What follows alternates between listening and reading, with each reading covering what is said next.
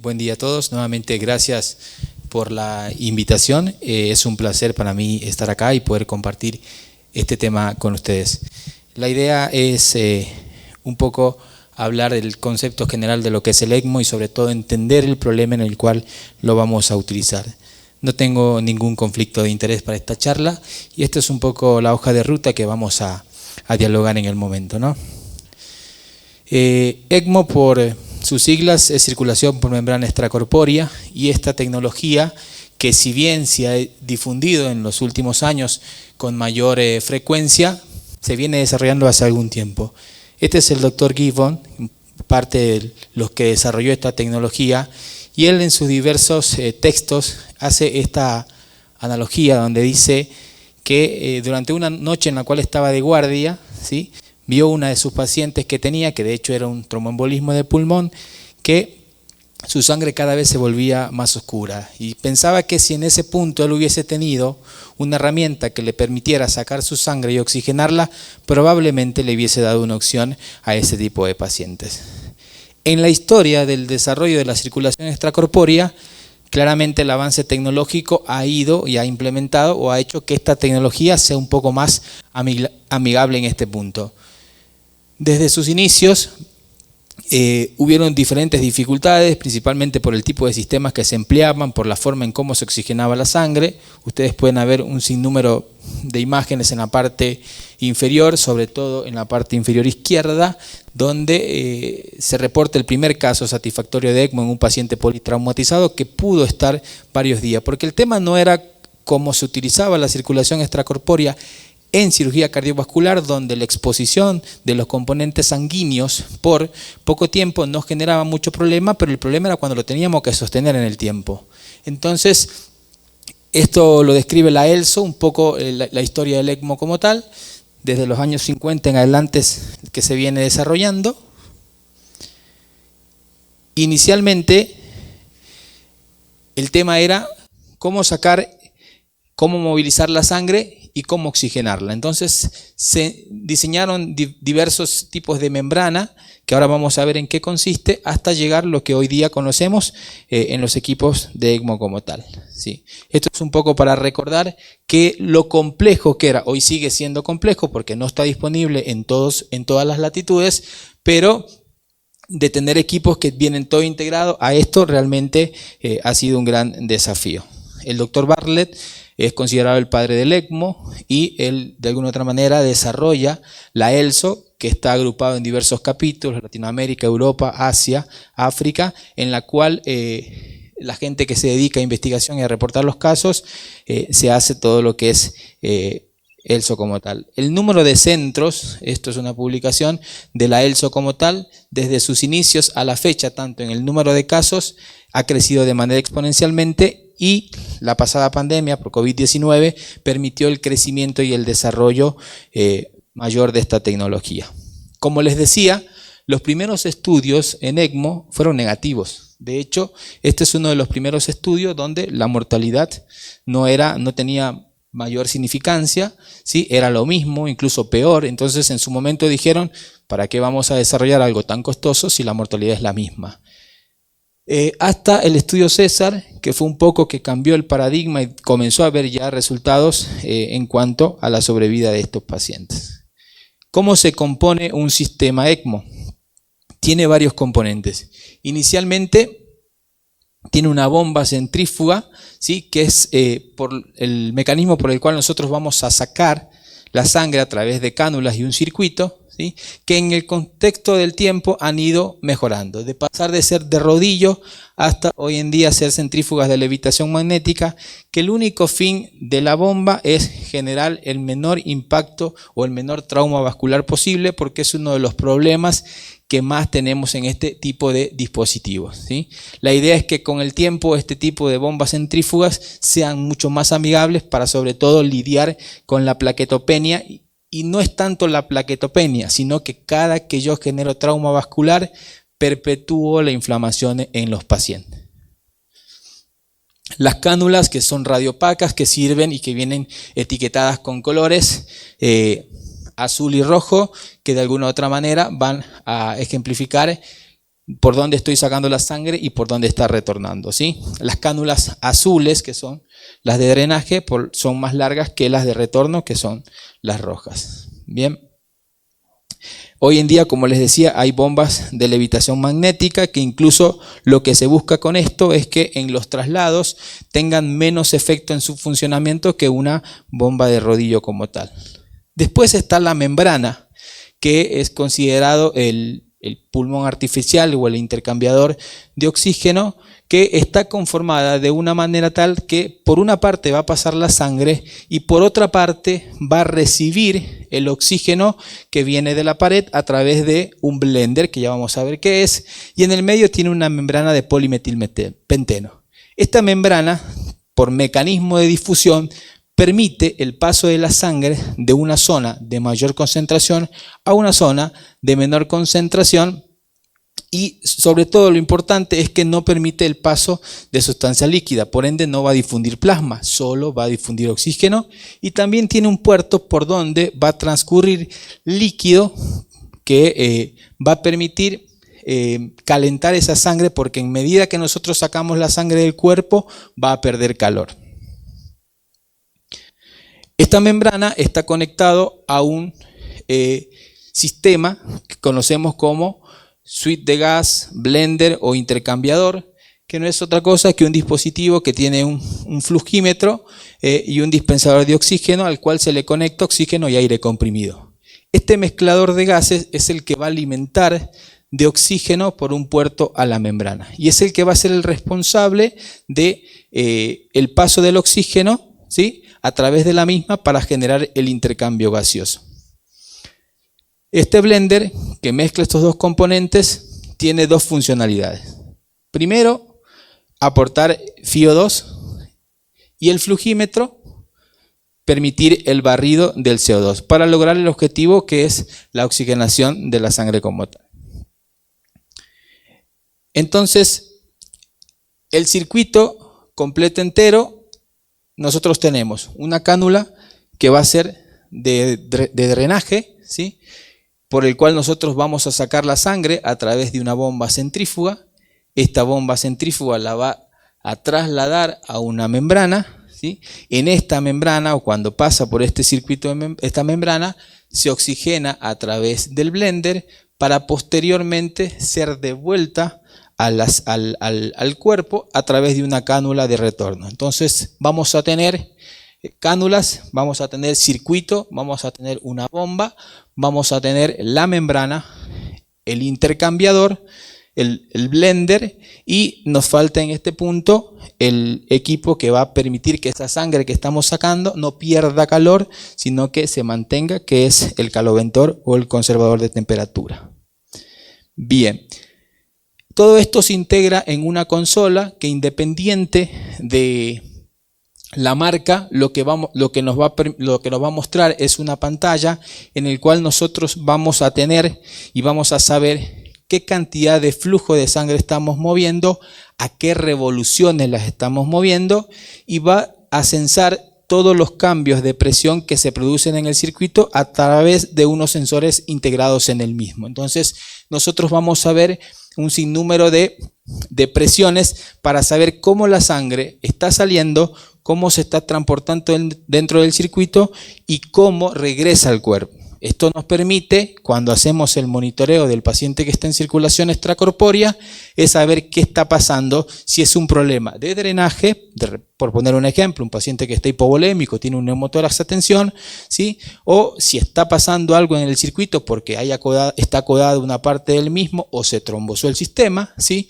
o cuando yo estoy queriendo devolver la sangre, en ese punto tengo algún acodamiento. Entonces, cuando uno ve la consola del ECMO, no solo es para girar la perilla y aumentar el drenaje, sino también para hacer un monitoreo de qué es lo que está pasando con lo que estoy haciendo y ver si estoy logrando el objetivo. Entonces, hay dos formas clásicas que uno tiene que entender, de que o doy soporte respiratorio o doy soporte cardíaco. Entonces yo voy a tener dos tipos de configuraciones: ECMO venovenoso o ECMO venoarterial, que ahora vamos a ver en qué consiste o cuándo elijo cada uno de ellos. En el ECMO venovenoso, dreno por un vaso venoso y retorno un vaso venoso porque lo único que yo estoy queriendo hacer es dar soporte respiratorio, ¿sí? En el caso del ECMO venoarterial, el tema ya no es el problema respiratorio, sino lo que yo quiero hacer es soporte cardíaco, y en este caso salgo por una vena, pero voy a retornar a una arteria. Bien. Después hay configuraciones mixtas, porque hay veces que entramos dando soporte respiratorio y el paciente en el medio nos hace una parada cardíaca, ¿sí? O entramos dando soporte cardíaco y de repente no nos alcanza y tenemos que dar soporte respiratorio, y hay combinaciones de los sistemas en los cuales se llaman, le podemos decir híbrido, ¿no? Que es una combinación entre ECMO venoarterial venoso o venoarterial, dependiendo de lo que esté necesitando en ese momento. Pero más allá de conocer el circuito y qué es lo que hace, el tema es entender el problema y en qué punto yo voy a decir, bueno, voy a necesitar ECMO venovenoso o voy a necesitar un ECMO venoarterial. Y eso viene de entender lo que le está pasando a nuestro paciente. Primero, uno de los escenarios en los cuales vamos a utilizar ECMO es en el paciente del shock cardiogénico, ¿sí? En este caso el soporte va a ser netamente cardíaco y yo lo que voy a tener que hacer es utilizar un ECMO o pedir un ECMO venoarterial, ¿sí? Cualquiera de estas patologías que ustedes ven acá pueden generar o van a generar claudicación de la función cardíaca como tal. Es decir, la capacidad que tiene el corazón de poder eyectar su sangre que recibe, no la puede hacer porque tiene una disfunción aguda. En ese punto, ¿qué pasa? Yo voy a entrar en un contexto de insuficiencia hemodinámica, y nosotros de la parte de cuidados intensivos, cuando hablamos de que el paciente tiene una insuficiencia hemodinámica y entra en shock, estoy hablando de que el paciente tiene caída de la disponibilidad de oxígeno. Cuando yo veo caída de la disponibilidad de oxígeno, pienso en la fórmula de disponibilidad: gasto cardíaco y contenido arterial de oxígeno. El gasto cardíaco determinado por volumen sistólico y frecuencia, y si la frecuencia está bien, el problema tiene que estar en el volumen sistólico. Si el paciente está bien precargado y si el paciente tiene problemas de poscarga y contractibilidad, principalmente porque acaba de ingresar con un infarto agudo del miocardio, con una miocarditis, con un traumatismo cardíaco, yo digo, bueno, el shock y esa insuficiencia hemodinámica y esa caída de la disponibilidad de oxígeno está determinado por la falla de bomba como tal. ¿Cuál es el punto en este contexto? Es que usted inicia un tratamiento dirigido a revertir o a soportar este tipo de fallas, pero llega un punto en el cual es insuficiente y el paciente no le alcanza. ¿Y cuál es el problema? Que cuando el paciente no le alcanza, a pesar de que nosotros optimicemos todo el tratamiento, va a haber fallo energético celular, y al existir fallo energético celular, el paciente evoluciona a la falla multiorgánica, y la falla multiorgánica es la que perpetúa la mortalidad de este tipo de pacientes. Incluso en ocasiones después de haber solventado la causa que creemos que lo llevó a la insuficiencia como tal, es decir, un paciente que llega por un infarto de miocardio, le abro el vaso y a pesar de que le abro el vaso, el paciente termina en shock cardiogénico.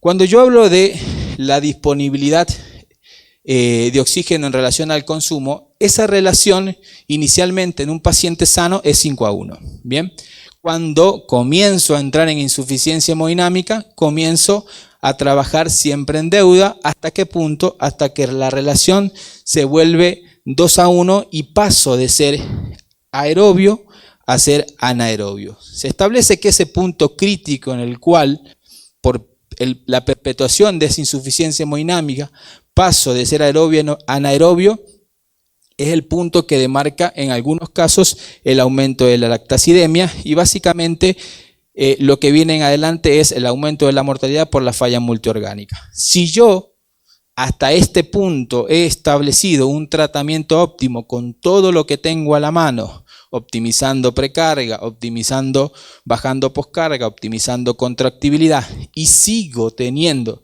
una relación 2:1 de disponibilidad-consumo, básicamente el paciente está en deuda de oxígeno y ese paciente va a la falla multiorgánica y la muerte. Es en ese punto donde yo digo, bueno, hasta que este paciente recobre su homeostasis y que la célula no muera por falta de oxígeno, es donde yo dejo de lado la parte cardíaca y lo voy a poner en una circulación extracorpórea con soporte cardíaco para de alguna u otra manera ganar tiempo. Y esa es la primera premisa que quiero dejar, que el ECMO no cura nada, simplemente nos da tiempo hasta poder revertir por completo la causa que ha generado la insuficiencia. Entonces, en ese punto, yo digo, voy a poner un paciente en ECMO venoarterial. Esta es la clasificación de SCAI en función del shock cardiogénico. Y fíjense que marca unos estadios en los cuales demarca cuál es el mejor momento para yo pensar que mi paciente se me está yendo de las manos, y si no hago algo, probablemente lo que vaya a sostener es un paciente que en los próximos días vaya a morir. Y en la clasificación C, donde marca estos parámetros, ¿sí? Lactato entre 2 y 5, uso de drogas, pero no más de una, es donde yo debo pensar en función si la causa que lo llevó a esa disfunción es reversible, ponerlo en circulación. ¿Y qué pasa muchas veces? Que nos presentan pacientes que con 6, 7 de lactato, y básicamente la guía dice, si el paciente llega en estado de ojo con ponerle el ECMO porque probablemente se vaya a morir igual, y si está en estadio E, las chances de posibilidades de que sea exitoso son muy escasas. Entonces, ¿a dónde nos lleva esto? Al ver al paciente y seguirlo fisiopatológicamente de cómo se está comportando y cuál es el tiempo específico para yo poder optar por esta tecnología. En este caso yo voy a optar por un ECMO venoarterial, que estas son las diversas configuraciones o las vías por las cuales nosotros podemos acceder y canular para después iniciar con el soporte. Bien, eso es en cuanto al paciente con falla cardíaca. Ahora, ¿por qué el paciente con distrés respiratorio está hipotenso, ¿sí? Con falla multiorgánica y fallece por falla multiorgánica? Entonces también tenemos que entender qué es lo que pasa con este paciente que tiene insuficiencia respiratoria por distrés y cómo llega a la falla multiorgánica. Porque a la larga lo que mata a este tipo de pacientes es la disfunción como tal y no muchas veces el cuadro respiratorio. Y hay que entender que ¿qué es lo que pasa en el paciente con distrés respiratorio severo? Se produce algo que se llama como síndrome de compartimento torácico. Todo lo que le pasa al paciente con falla respiratoria, hay que tener en cuenta que el corazón trabaja en serie, el pulmón trabaja en serie con el corazón dentro de un compartimento que es la caja torácica. Entonces, todo lo que esté pasando en un lado le va a repercutir al otro. Y hay que tener en cuenta que en esa interacción cardiopulmonar, el paciente con distrés respiratorio, ¿sí?, va a tener serias implicancias cardiovasculares que hay que entenderlas. Y es así que la hipoxemia en este tipo de pacientes y la hipercapnia, también producto del excesivo shunt y la falla pulmonar, ¿qué va a generar? Va a generar aumento de la resistencia vascular pulmonar, tanto sea por vasoconstricción hipóxica si se perpetúa la hipoxemia, porque yo ya lo ventilé, lo proné, lo relajé y el paciente sigue saturando 85, ¿sí?, sino que también producto de ese mal intercambio gaseoso, la hipercapnia por otro lado también está generando problemas sobre la circulación pulmonar. ¿Eso a dónde me lleva? Me lleva a hipertensión pulmonar en un corazón derecho que tolera muy bien los volúmenes, pero es muy malo para tolerar presiones, y básicamente si yo no revierto esa situación, lo que voy a generar es que haya falla ventricular derecha. Entonces, ¿cómo juego con la hipoxemia si no le puedo poner pipi con la hipercapnia si me están diciendo que tengo que ser ultra protectivo con la ventilación? Y llega un punto en el que me pongo sobre la espada y la pared. El aumento de las presiones intratorácicas, producto de cómo estoy entregando esa ventilación, por más protectiva que sea, en un sistema no complaciente porque está enfermo, y además yo vengo y le agrego un aparato externo que lo único que va a hacer es generar más presión positiva de la que él ya tiene como tal. Entonces, el aumento de las presiones intratorácicas va a perpetuar más estas alteraciones, lo cual lleva al aumento de la poscarga del ventrículo derecho. Si se perpetúa en el tiempo Falla ventricular derecha, recuerden que el septum ventricular también se puede llegar a correr si el ventrículo derecho se dilata, cae el llenado ventricular izquierdo y comienza a haber fallo cardíaco y con ende fallo multiorgánico. Se generan estados de acidosis por la misma patología respiratoria, pero si yo le agrego un trastorno hemodinámico es peor. ¿Y qué genera la acidosis? Genera desnaturalización proteica. Y yo tengo un miocardio sano, pero en estado de acidosis, ¿sí? Los puentes no se pueden contraer como tal porque está en un estado completamente acidótico. Entonces, todo eso que inicialmente empieza con la falla ventricular derecha, lleva a la falla ventricular izquierda y en ese contexto el paciente claudica. Entonces, en ese punto yo digo, bueno, ya lo ventilé, ultraprotectivo, el paciente hice todo lo que hice y sigue saturando mal y comienza a haber falla hemodinámica. Es el punto en el que yo con lo que tengo ya no le alcanza. Entonces, una de las posibilidades que tengo es pensar que este paciente se podría beneficiar de soporte circulatorio extracorpóreo y en este caso, ¿qué es lo que necesito? Necesito un sistema venoso, siempre y cuando no tenga falla cardíaca. Porque en el momento que el paciente con distrés hace falla cardíaca y yo le pongo un ECMO venoso, lo único que voy a hacer es recircular de un lado nada más. Porque yo necesito que esa sangre oxigenada que llega cerca de la aurícula derecha pase al corazón izquierdo para que llegue a la circulación general. Si no, no voy a generar ningún beneficio.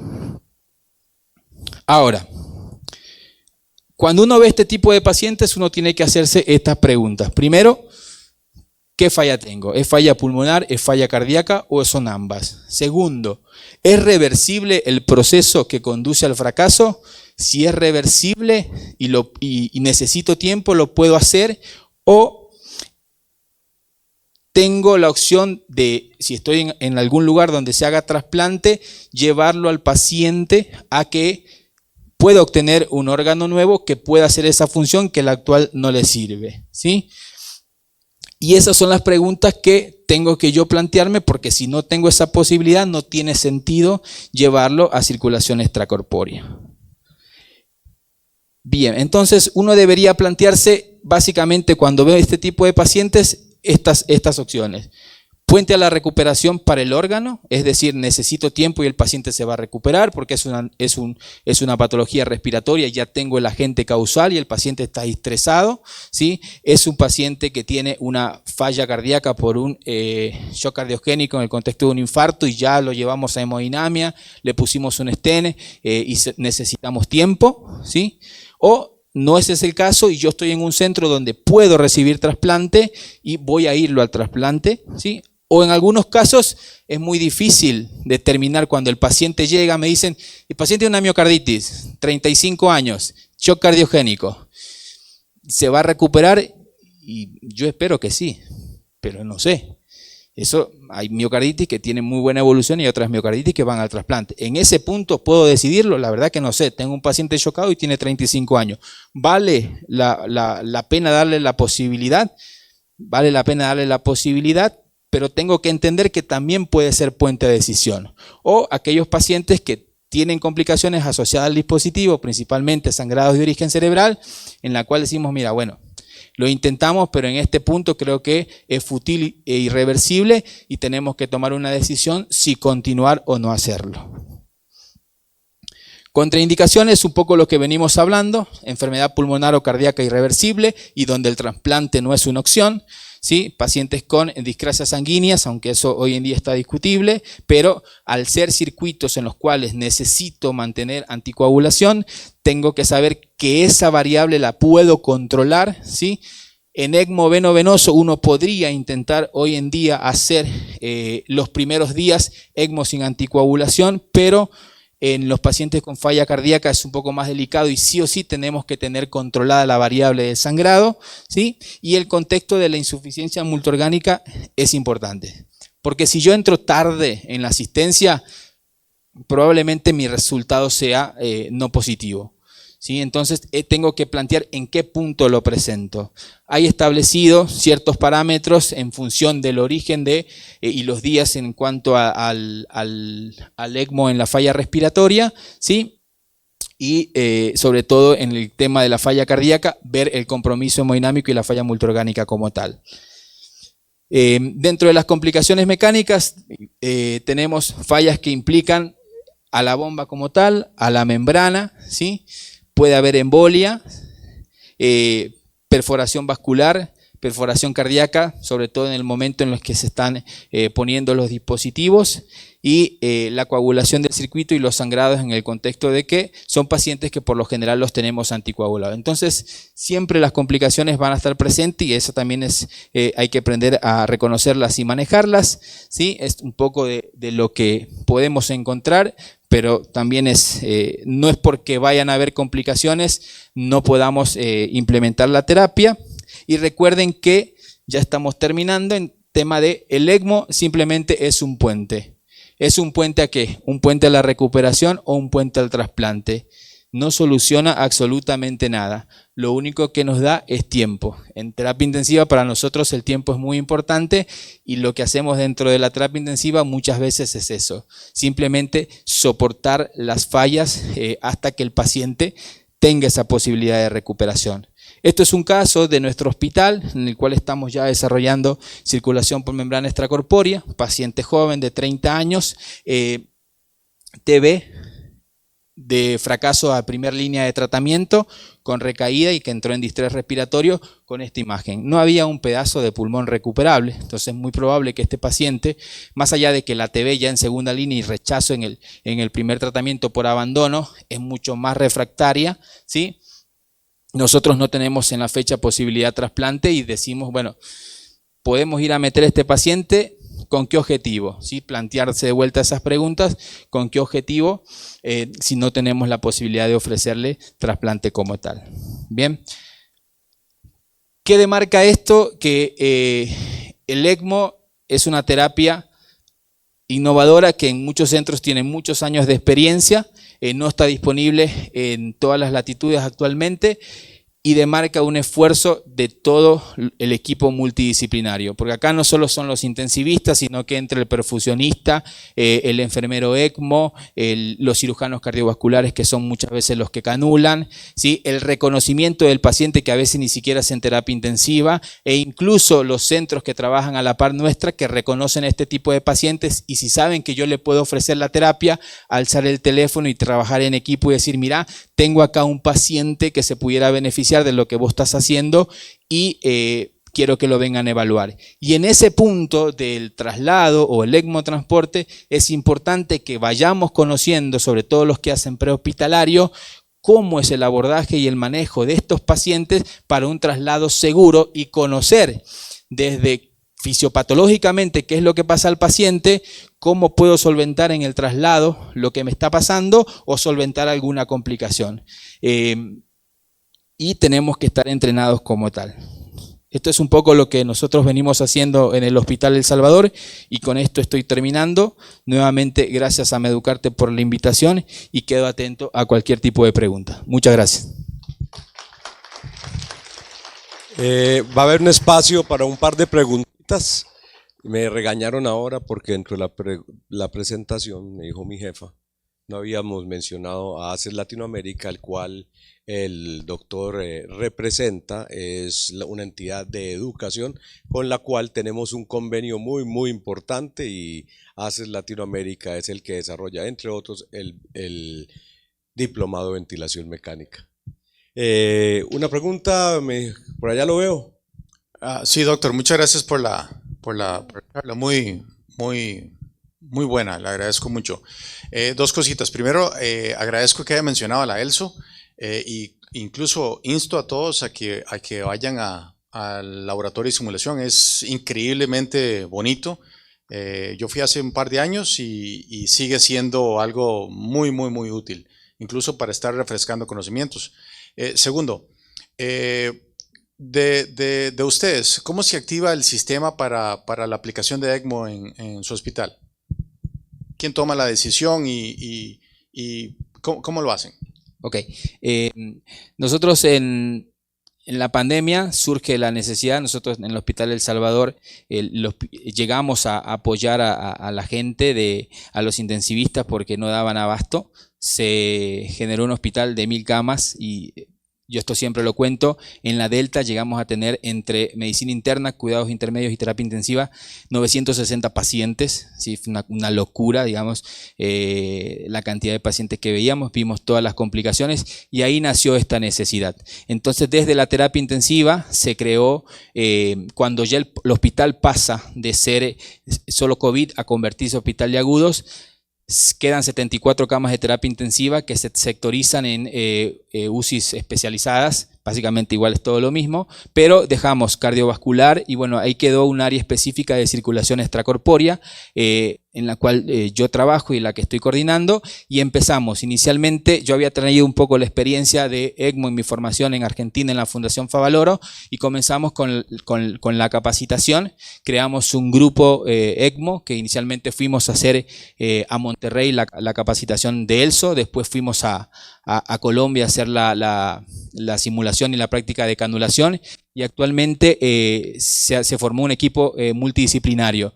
Están los cirujanos, los intensivistas, y cada que se nos presenta un caso, hoy en día estamos haciendo casos que llegan a nuestro hospital, pero estamos en plan de desarrollar la fase de ECMO transporte con el objetivo de darle apoyo a los hospitales que trabajan en San Salvador con nosotros, porque sí hay mucha necesidad. Nos presentan el caso, una vez que nos presentan el caso, ponemos los criterios establecidos tanto como para ECMO veno-venoso como para ECMO veno-arterial, y en función de eso tomamos la decisión multidisciplinaria. En ese contexto se decide inmediatamente la canulación y es la forma en la cual actual estamos trabajando.